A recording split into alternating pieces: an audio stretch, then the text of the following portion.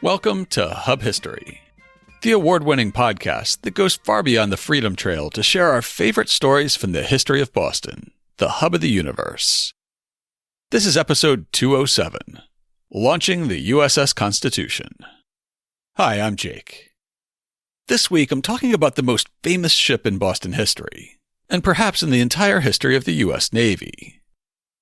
When the Navy was reborn in 1794, the Constitution was among the first fleet of frigates that made up its backbone. A decade later, the USS Constitution would earn a brilliant, nearly flawless record of naval combat against the British in the War of 1812. And today it stands as the oldest commissioned warship afloat in the world, and the last American ship to sink an enemy in a ship-to-ship duel. However, the Constitution's origins were far from flawless. It was part of a procurement program that was nearly canceled, and the famous frigate was almost scrapped before it was even completed. After it was rescued and finished, the USS Constitution took not one, not two, but 3 attempts to successfully launch.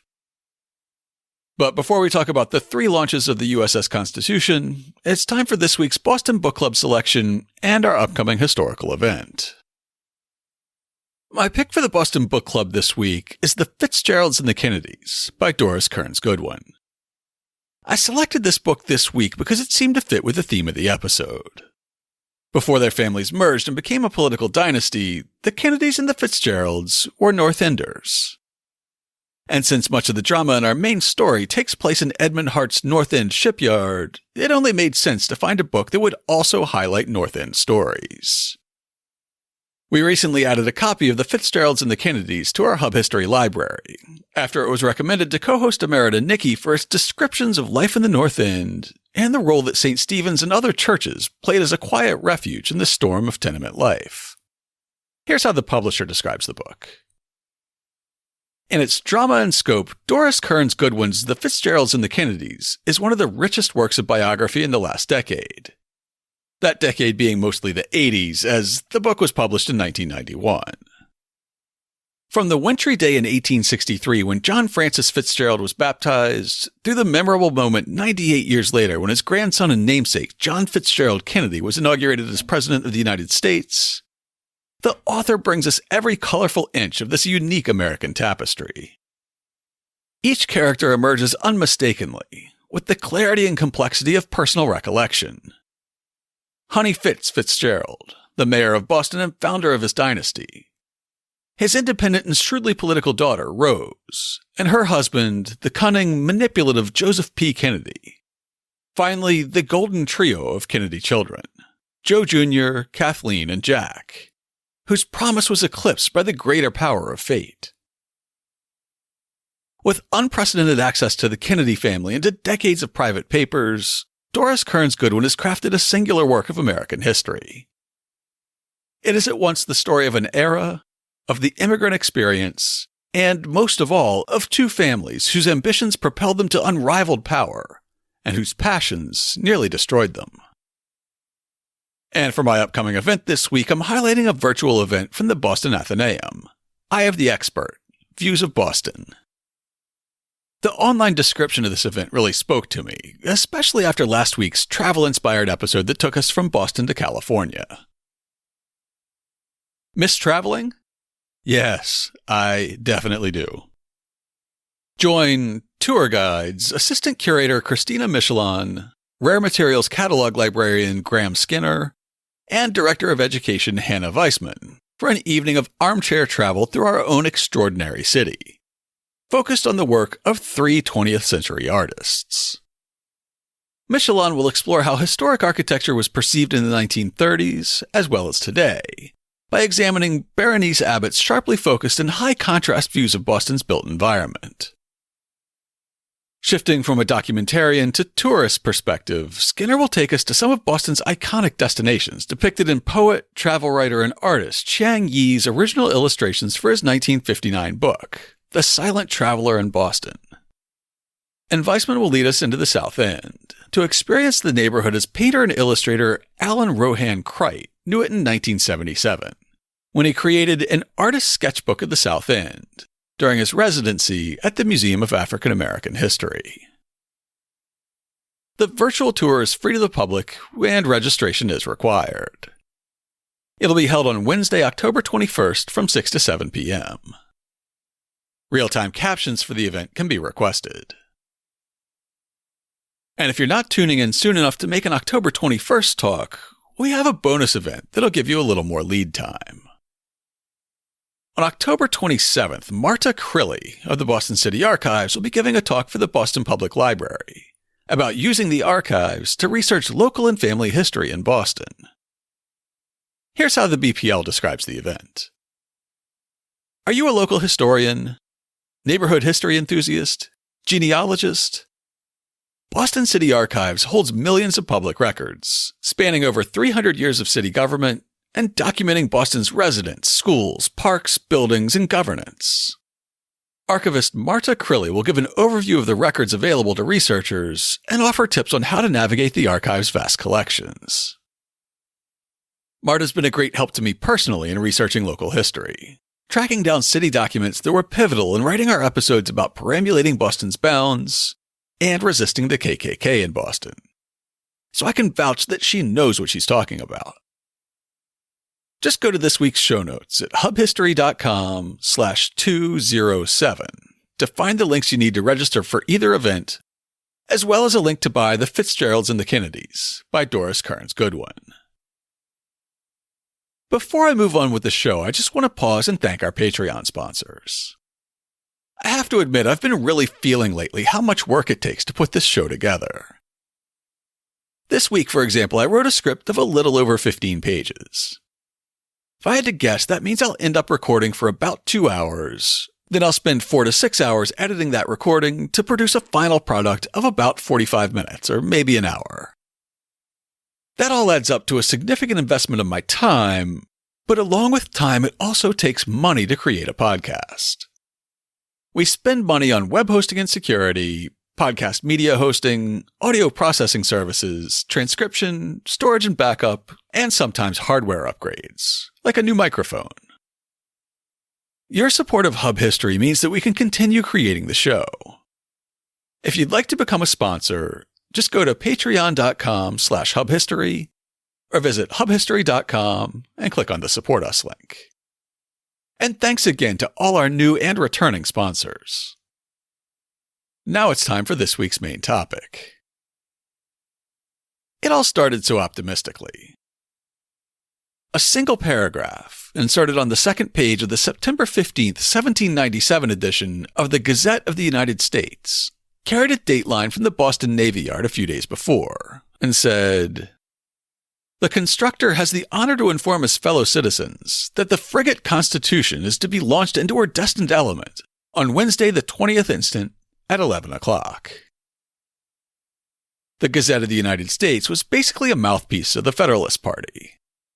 It had been set up and secretly supported by Alexander Hamilton when it originally started publishing in New York City. After a deal hatched in the room where it happens moved the seat of government to Philadelphia, the Gazette moved along with it, and continued to pick fights with Republican papers that also covered the federal government. That a Philadelphia paper that was mostly concerned with Federalist politics reprinted this brief notice from the Boston papers shows how far and wide interest in the new frigate was spread. A few days after that first notice, the same paper carried a second, longer letter from the same source, dated September 18th. This one included specific instructions and warnings for anyone who planned to attend the launch of the new frigate. The constructor, having extended to his fellow citizens all reasonable gratification of their laudable curiosity during the progress of the building, believes he may with propriety make the following requests and suggestions on the operation of launching the frigate Constitution. That, accepting the President of the United States, the Governor, Lieutenant Governor, and their respective suites, and others specially admitted, who will comparatively be very few, no person will attempt in any way to pass into the limits of the Navy Yard. The reason of this request is obviously to prevent interruption or confusion, which might be injurious or ruinous to the act of launching. Oh, in hindsight, what a relief it would have been if some interruption from the crowd would have been all that happened that proved ruinous to the launch." The author continues, It will be critical under the most favorable circumstances and indispensably requiring perfect silence and obedience to orders. Independent of this conclusive reason, the danger of encroaching spectators would be imminent from the occasional and abrupt falling of bodies used in the construction of the ship. A conformity, therefore, to this request is earnestly solicited. It is suggested as the tide will be full, and it would be necessary for the safety of the spectators, particularly women and children, that they do not approach in crowds too near the margin of the contiguous wharves, as the sudden entrance of so large a body as the frigate will occasion an instantaneous swell of the water, the height of which cannot easily be calculated, and against which, therefore, the discretion of the people ought amply to guard. It is regretted, in this instance, that the yard and the places around it are too contracted for an occasion which will probably excite so much desire, and in which all the citizens have so much interest. It is therefore submitted to those who can make the arrangement to place themselves in vessels or watercrafts at due distance upon the profile or the side of the frigate, but by no means too near, either in a right line or otherwise, as the direction may be uncertain, nor to load open boats too deeply, as the agitation of the water, even at a considerable distance, may be somewhat hazardous. It is also recommended to those who erect stages to accommodate spectators that they have them secured in every respect, as the loss of life of a single citizen would mar the satisfaction and pleasure that the constructor otherwise would enjoy of the building and conducting into the ocean a powerful agent of national justice, which hope dictates may become the just pride and ornament of the American name. This letter, like the first one, was signed by George Claghorn, the naval constructor tasked with building the frigate Constitution. Constructor was a relatively new role that arose in the late 18th century, combining the expertise of the master shipwright with the academic training of naval architects. Claghorn seemed well suited for the role. Born on Martha's Vineyard in 1748, he started working as a shipwright in New Bedford sometime between 1767 and 1774, when he opened his own shipyard. A 1931 biographical sketch of Claghorn by William Emery, written during the Constitution's most complete overhaul and restoration, summarizes Claghorn's most impressive launches during his New Bedford days. One of his most famous achievements was the ship Rebecca, said to have been the first American whaler to double Cape Horn and secure a cargo of oil in the Pacific Ocean. The Rebecca slid off the ways in March 1785.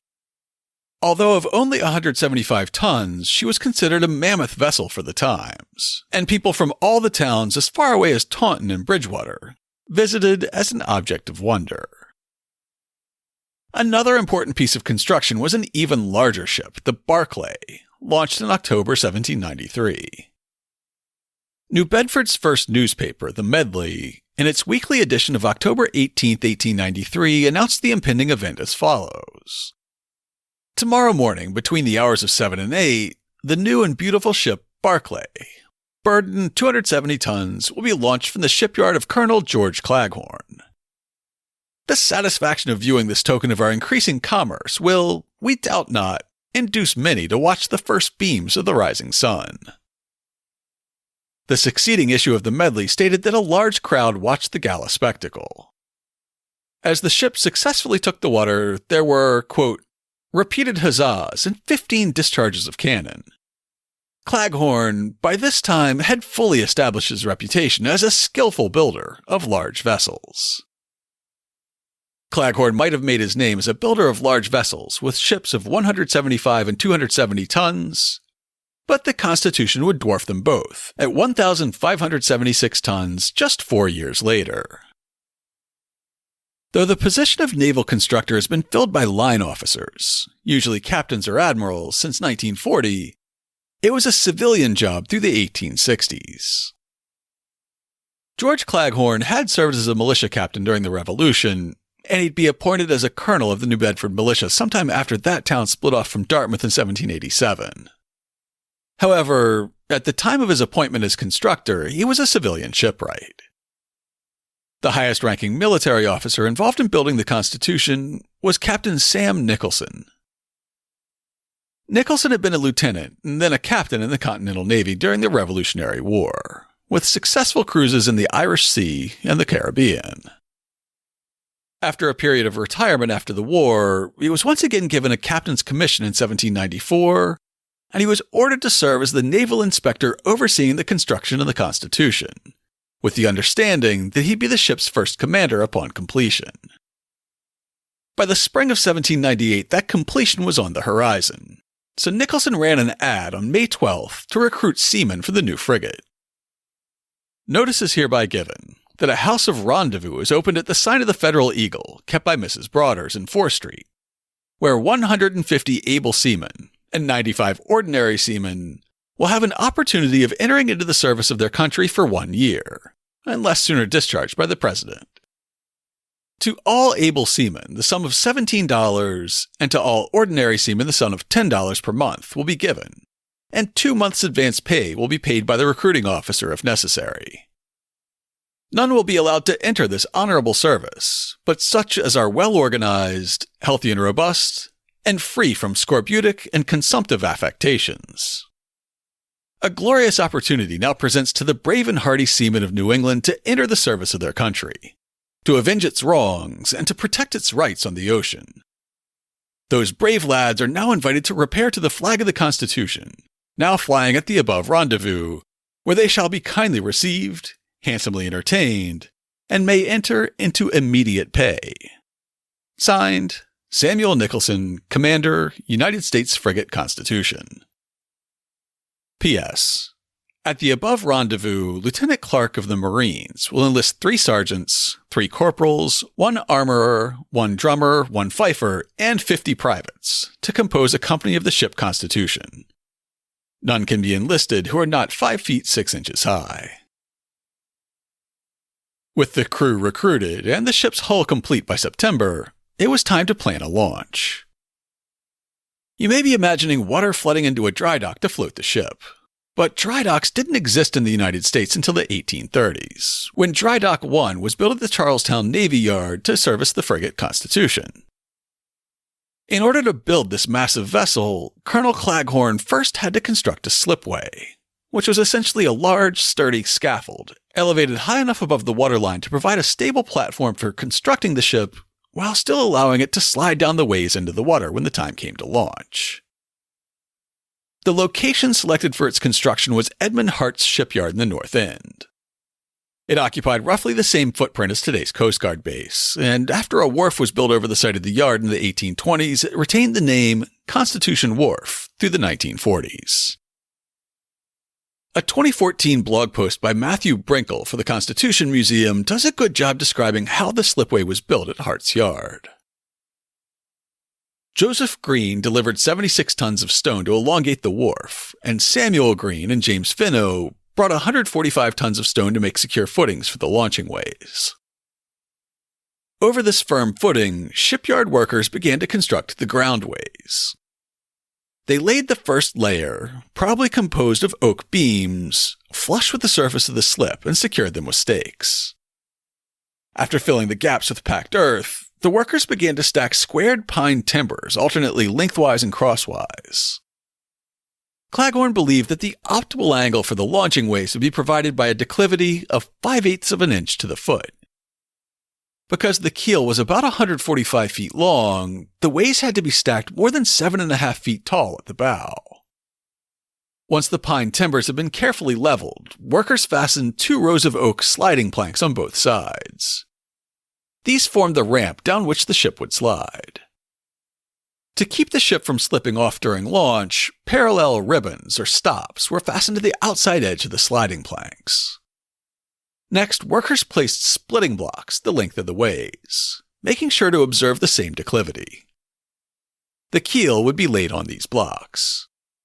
Made of clear-grained pine, the blocks could be split and removed from under the keel when it was time to launch the vessel. As the ship took form, shipwrights erected a series of shores and braces to prevent it from toppling over. By June 1797, the bottom of the ship had been fully planked and squared off. In July, workers began nailing the copper sheathing to the bottom, and by August, the ship was nearly ready for launching. Shipwrights now constructed a launching cradle that would move the ship into the water. The cradle functioned like a giant sled. Two long skids, or bilgeways, were laid on top of the sliding planks parallel with the keel. From those bilgeways rose a series of planks and uprights called poppets that formed a structure not unlike a modern boat trailer. Once the keel blocks were split away, the full, immense weight of the ship rested on the cradle. On September 20th, a huge crowd gathered in Boston to watch the launch. The keel blocks were split, the ship settled onto the launching cradle, and the whole rig began to move, ever so slowly, down the sliding planks. And then, disappointment. Salem minister William Bentley noted in his diary that on the 19th, he went in company with Captain Gibault's friends in Newhall's stage and reached Boston at 11 to see the launch of the frigate Constitution. And then on the 20th, he described the enormous crowd that turned out to launch the frigate. The concourse was great, and nearly 200 boats and vessels of all sizes were anchored in the river. The shores of Charlestown and of Noddle's Island were covered, as were the tops of all the houses. No damage was done, excepting some of the small craft went foul of each other, but without great injury. Reverend Bentley was on board one of the many vessels that anchored in the river. Unfortunately, he noted, the launch didn't proceed as planned. Laid off in the Portland packet, but we were disappointed. No means could succeed, and the frigate moved only 19 feet. An anonymous Bostonian kept a diary among the pages of Isaiah Thomas's 1797 New England Almanac that's now in the collection of the USS Constitution Museum. Though the identity of the writer isn't known, he witnessed all three attempts to launch the Constitution. On September 20th, his account starts out just as optimistically as George Claghorn's public invitations had. The day so anxiously anticipated has arrived. The weather is fine. The flags and pennants displayed announce the launching of the frigate Constitution. The Navy Yard is honored by a visit of the President of the United States, the Governor, and a vast concourse of spectators, a most brilliant collection of ladies. Everything promises fair and induces us to wish that fair may befall their hope. But alas, how futile are the anticipations of mortals. The Constitution, after moving slowly about 20 feet, remained immovably fixed, nor could all the force of levers, screws, and tackles, with a numerous and active gang of workmen, alter her situation. You might think that after such a spectacular failure to launch, everything involving the Constitution would be cancelled or put on hold. You'd be wrong, though. William Emery's 1931 profile of Claghorn notes that at least one Boston theater saw no reason to cancel its planned festivities. Indicative of the great popular interest was the plan of the Haymarket Theatre to portray the launching on the stage on the night of September 20th. And despite the mishap at the Navy Yard, the program was given as advertised. A musical piece called The Launch, or Huzzah for the Constitution, was produced with great success. A few days later, Colonel Claghorn wrote to the Secretary of the Navy to explain just what had happened during the launch. Sir, having before stated to you my intention of launching the frigate Constitution on the 20th instant, the necessary preparations were made to that end, and at the appointed time all the blocks and shores were removed, with the full expectation of her moving gently into the water. She, however, did not start until the screws and other machinery had been applied, and then she moved only about 27 feet. Concluding that some hidden cause had impeded her progress, and the tide ebbing fast, I decided it to be most prudent to block and shore her up and examine carefully into the cause of her stopping. I found that the part of the waves which had not before received any of the weight had settled about half an inch, which, added to some other cause of no great importance in itself, had occasioned the obstruction. That other cause of no great importance is rumored to have been a fist-sized stone that got onto one of the sliding planks. The impediment added to the settling of the waves left the giant ship stuck fast. Claghorn's letter goes on to describe how his crew spent the next day readying the ship for another attempted launch.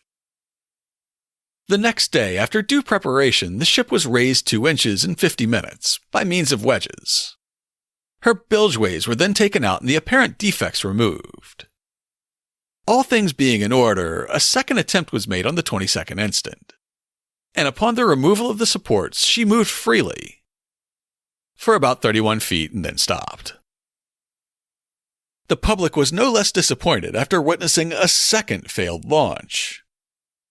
Our anonymous almanac diarist was terse in his description of the second launch, saying, September 22nd. A second attempt was made to launch the ship Constitution with no better success than the first. Reverend Bentley was equally brief.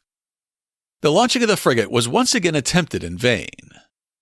People not so numerous as before.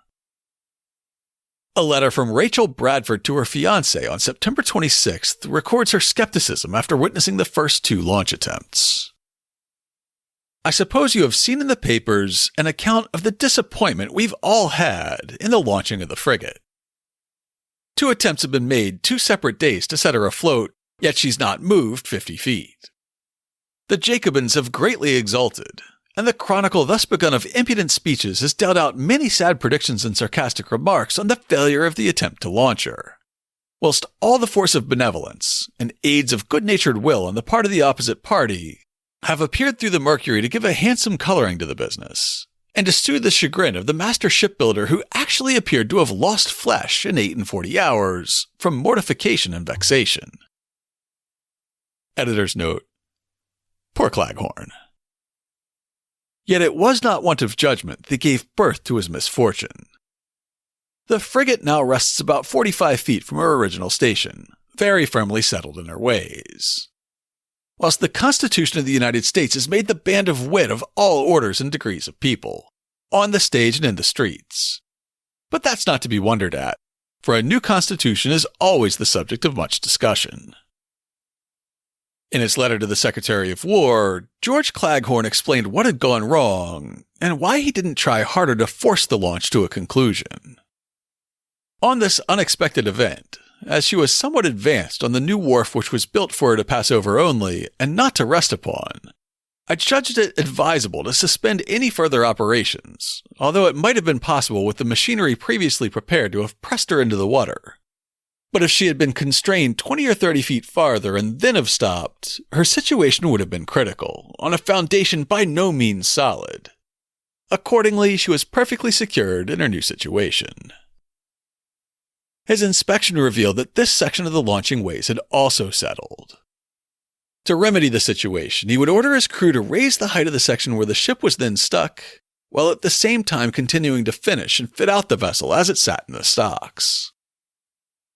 If only the launching ways for the new frigate had been as well designed as the frigate itself. Before designing the USS Constitution, Joshua Humphreys had been thinking about frigates for a long time. On January 6, 1793, he wrote to Robert Morris with some ideas about ship design.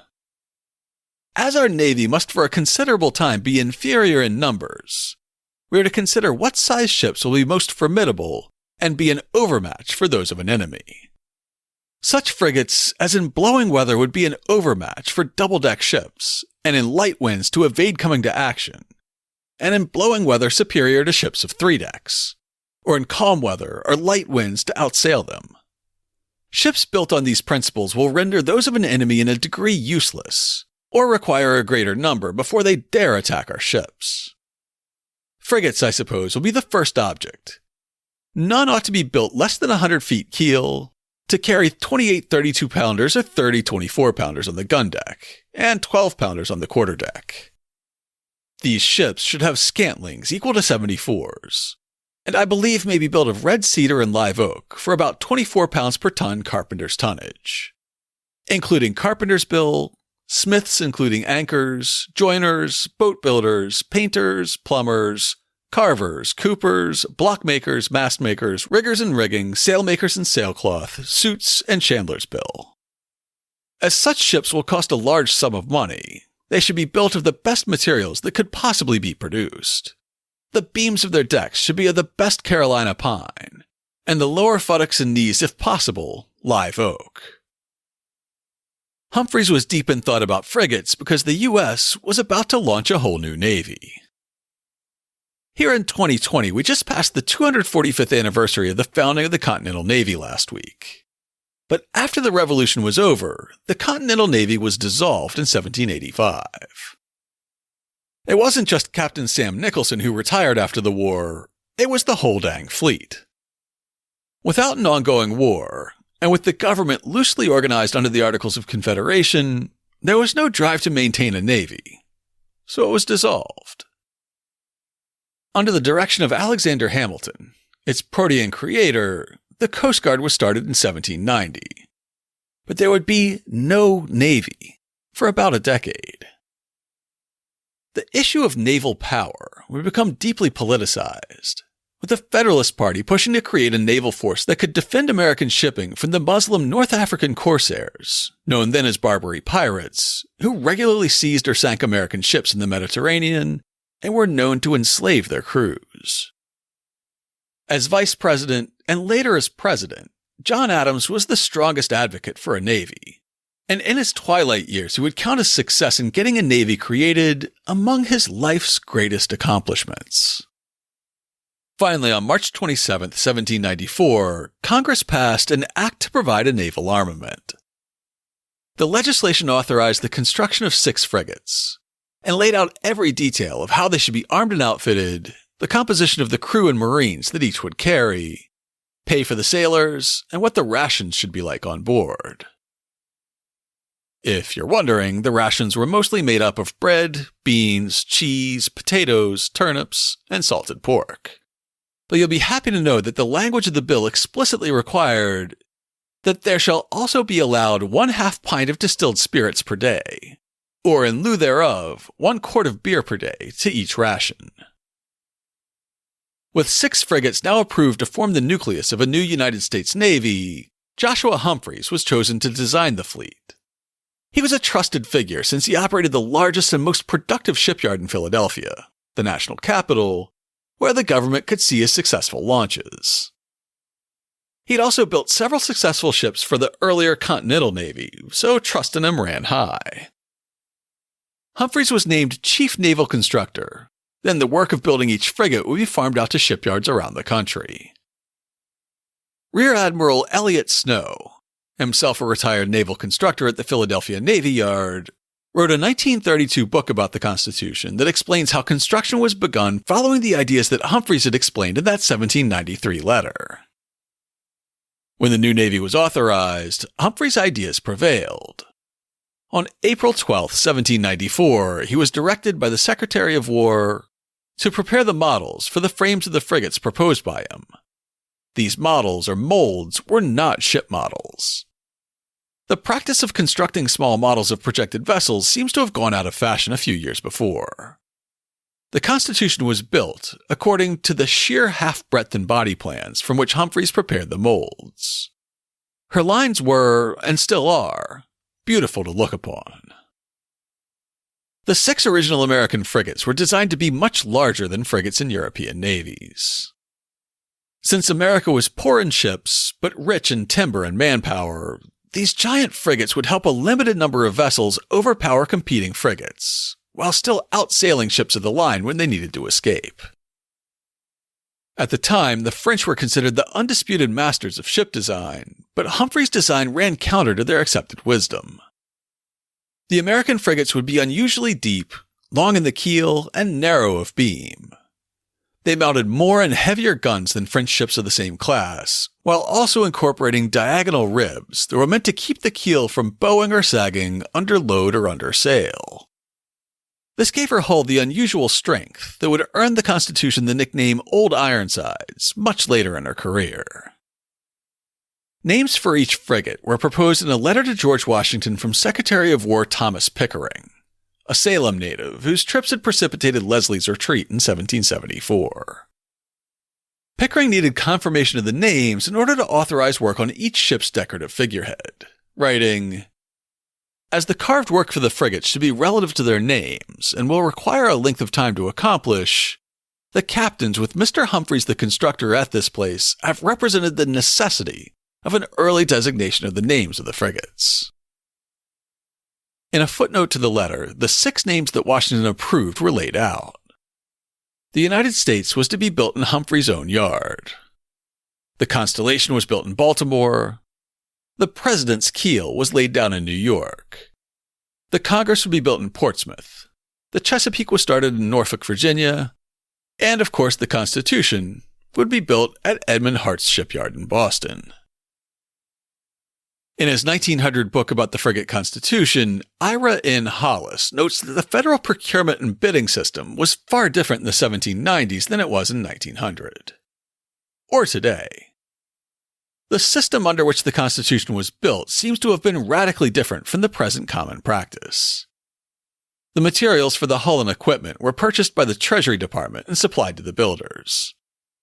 All labor and unimportant materials were procured by naval agents, who received a commission of 2.5% on approved bills.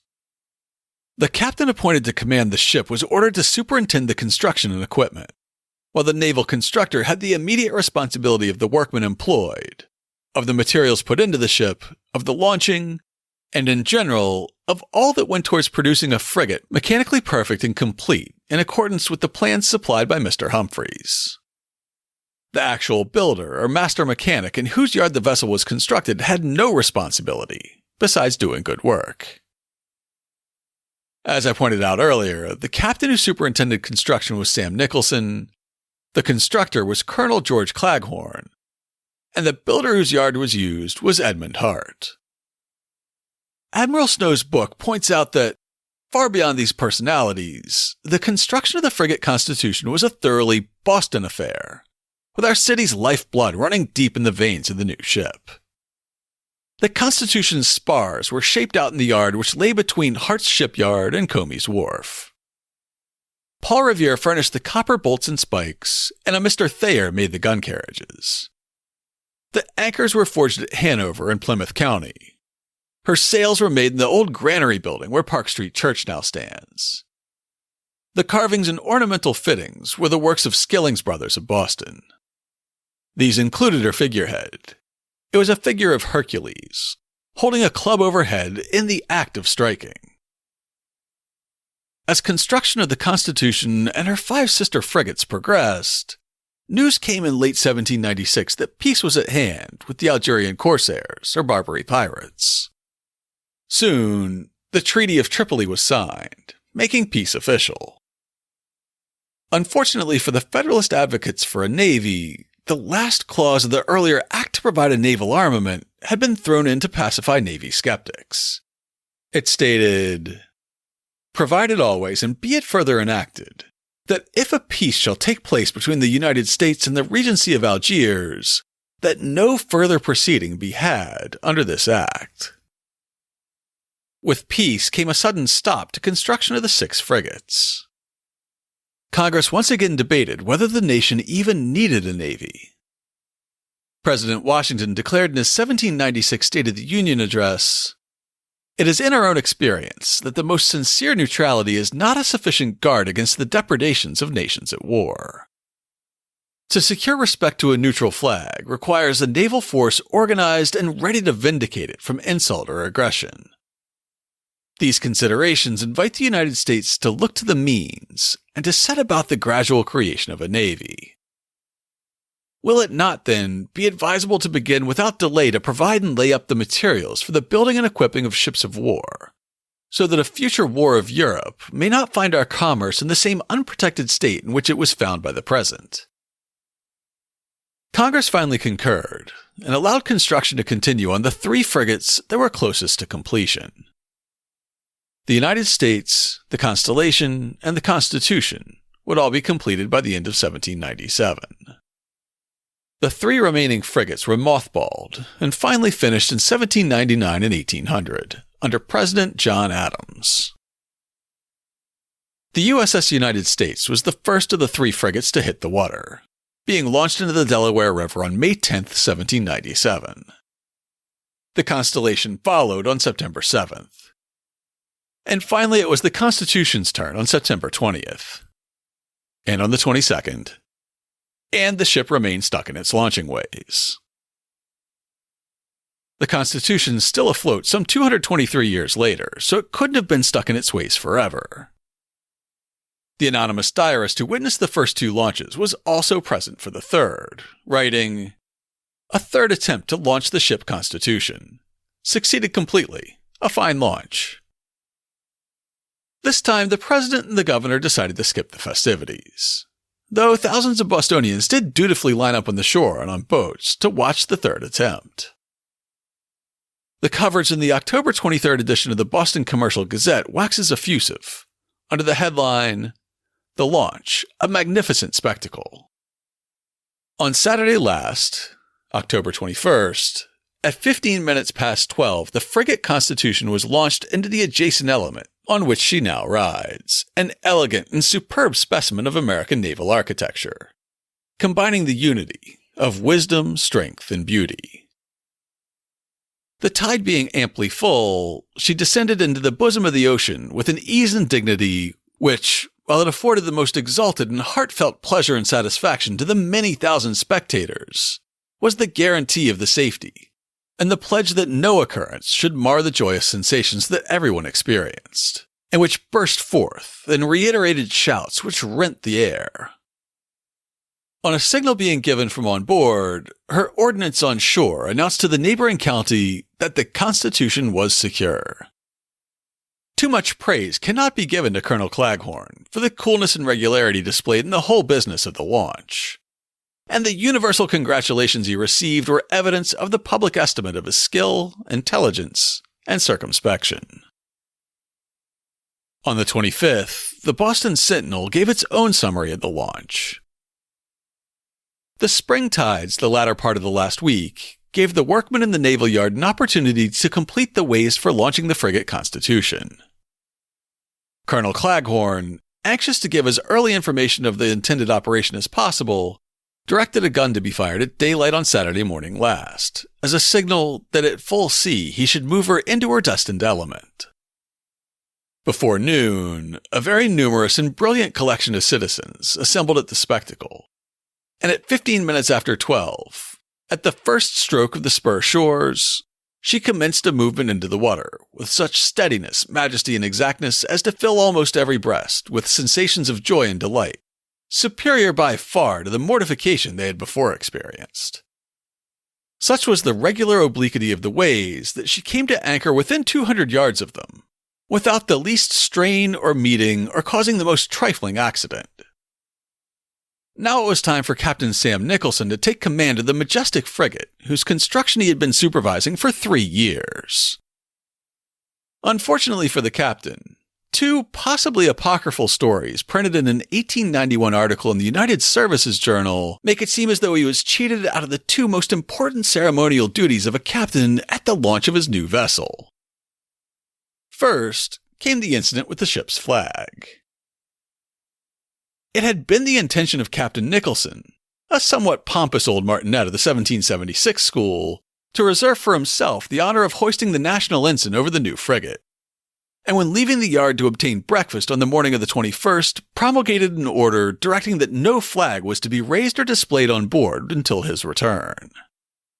But the captain was fated to lose the honor he coveted, while a humble artisan gained the distinction of being the first to throw the stars and stripes to the breeze over the powerful frigate. Could he have looked into the future and foreseen the grand career destined for the vessel, his disappointment would have only been equaled by his wrath. A workman named Samuel Bentley, a caulker, actuated by a spirit of reckless mischief, and secretly bearing no goodwill to the straight-laced naval veteran, took advantage of his absence, and watching his opportunity slipped on board, seized the halyards, to which the ensign was already attached, and the next instant rustling folds of the brand new bunting, representing the flag of the free, waved over the structure. When Captain Nicholson returned and beheld the flag fluttering in the damp, chill air, his anger burst forth with characteristic energy. But the mischief had been done, and the flag was not hauled down. After the flag incident came the matter of the christening itself. The tides were high and favorable, and at 12:30, Captain James Sever stood on the heel of the bowsprit, provided with a bottle of choice old Madeira, that had been donated from the valuable and well-stocked cellar of Honorable Thomas Russell, a prominent Boston merchant. She glided easily and majestically into the water and was brought up with her starboard anchor within 200 yards of the ways. As she then floated, she drew 18 feet aft and 14 feet forward. Now, Sever was a loyal and powerful Federalist, and he was stationed in nearby Portsmouth, waiting for construction of his own frigate, Congress, to be completed. So he might have found a way to push the old captain to the side on his own special day, breaking the ceremonial bottle of wine over the bow of Nicholson's ship. If either of those stories is true, the launch day of the USS Constitution must have been a disappointment for Captain Nicholson. However, it would have paled in comparison to the disappointment of Nicholson's career. The days of old Ironsides that redeemed the frigate's underwhelming launch would come much later. The Constitution was finally ready to put out to sea under Nicholson's command in late July 1798. Under orders from President John Adams, she was to patrol the eastern seaboard, engaging any armed French ships that might menace American shipping during the Quasi-War. Everything seemed to go wrong, with Nicholson imprisoning the crews of friendly nations, releasing the crews of enemy nations, and repeatedly damaging the frigate in storms. When the Constitution finally returned to Boston in May 1799, Captain Nicholson was relieved of command. The USS Constitution would serve with great distinction in the First Barbary War under Captain William Bainbridge. But it was during the War of 1812, a decade later, that Isaac Hull's command secured the Constitution's beloved place in American history. But that's a different story for a different episode. To learn more about the 3 launches of the frigate Constitution, check out this week's show notes at hubhistory.com/207. I'll have pictures and diagrams of the Constitution under construction, as well as links to the sources I quoted.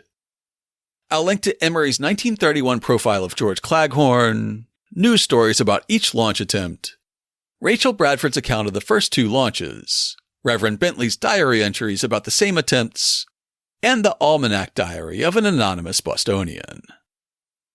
I'll also have links to Ira Hollis's 1900 book about the USS Constitution and Admiral Snow's 1932 history of the ship. And of course, I'll have links to information about our upcoming events and the Fitzgeralds and the Kennedys, this week's Boston Book Club pick. If you'd like to get in touch with us, you can email us at podcast@hubhistory.com. We're Hub History on Twitter, Facebook, and Instagram. Or you can go to hubhistory.com and click on the Contact Us link. While you're on the site, hit the subscribe link and be sure that you never miss an episode. If you subscribe on Apple Podcasts, please consider writing us a brief review. If you do, drop us a line, and I'll send you a Hub History sticker as a token of appreciation. That's all for now. Stay safe out there, listeners.